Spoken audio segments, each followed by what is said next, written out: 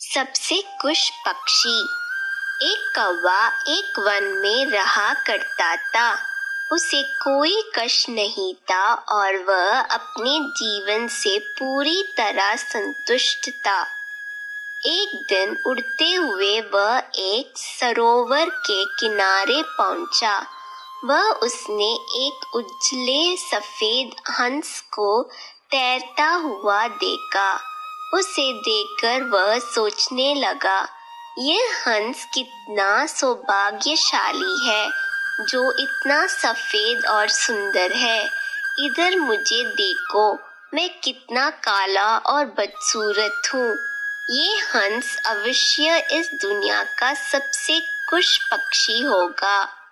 वह हंस के पास गया और अपने मन की बात उसे बता दी। सुनकर हंस बोला, नहीं मित्र, वास्तव में ऐसा नहीं है। पहला मैं भी सोचा करता था कि मैं इस दुनिया का सबसे सुंदर पक्षी हूँ, इसलिए बहुत सुखी और खुश था। लेकिन एक दिन मैंने तोते को देखा जिसके पास 2 रंगों की अनोखी छाता है। उसके बाद से मुझे यकीन है कि वही दुनिया का सबसे सुंदर और खुश पक्षी है।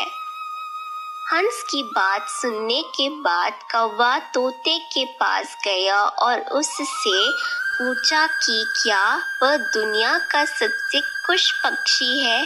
तोता ने उत्तर दिया, मैं बहुत ही खुशगवार जीवन व्यतीत कर रहा था जब तक मैंने मोर को नहीं देखा था, किंतु अब मुझे लगता है कि मोर से सुंदर तो कोई हो ही नहीं सकता, इसलिए वही दुनिया का सबसे सुखी और खुश पक्षी है। इसके बाद कौवा मोर की खोज में निकला। उड़ते उड़ते वह एक चिड़ियाघर पहुंचा। वहां उसने देखा कि मोर एक पिंजरे में बंद है और उसे देखने के लिए बहुत सारे लोग जमा हैं। सभी मोर की बहुत सराहना कर रहे थे। सबके जाने के बाद कौवा मोर के पास गया और उससे बोला, तुम कितने भाग्यशाली हो जो तुम्हारी सुंदरता के कारण हर रोज हजारों लोग तुम्हें देखने आते हैं। मुझे तो लोग अपने आसपास भी फटकने नहीं देते और देखते ही भगा देते।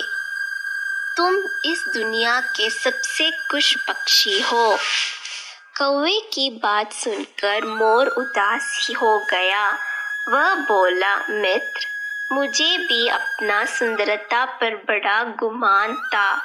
मैं सोचा करता था कि मैं इस दुनिया का क्या बल्कि इस पूरे ब्रह्मांड का सबसे सुंदर पक्षी हूँ, इसलिए खुश भी बहुत था। लेकिन मेरी यही सुंदरता मेरी शत्रु बन गई है और मैं इस चिड़ियाघर में बंद हूँ। यहाँ आने के बाद इस पूरे चिड़ियाघर का अच्छी तरह मुआयना करने के बाद मैं इस नतीजे पर पहुँचा हूँ कि कौवा ही एक ऐसा पक्षी है जो यहाँ कैद नहीं है। इसलिए पिछले कुछ दिनों से मैं सोचने लगा कि काश मैं कौवा होता तो कम से कम आज़ादी से बाहर घूम सकता और तब मैं इस दुनिया का सबसे सुखी और खुश पक्षी होता। सीख, हम हमेशा दूसरों को देखकर व्यर्थ की स्वयं की तुलना उनसे करने लगते हैं और दुखी हो जाते हैं। भगवान ने सबको अलग बनाया है और अलग गुण दिए हैं। हम उसका महत्व नहीं समझते और दुख के चक्र में फंसा जाते हैं।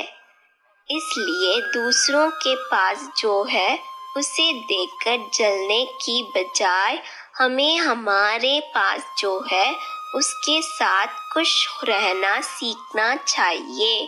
खुशी बाहर ढूंढने से नहीं मिलती, वह तो हमारे अंदर ही छिपी हुई होती है।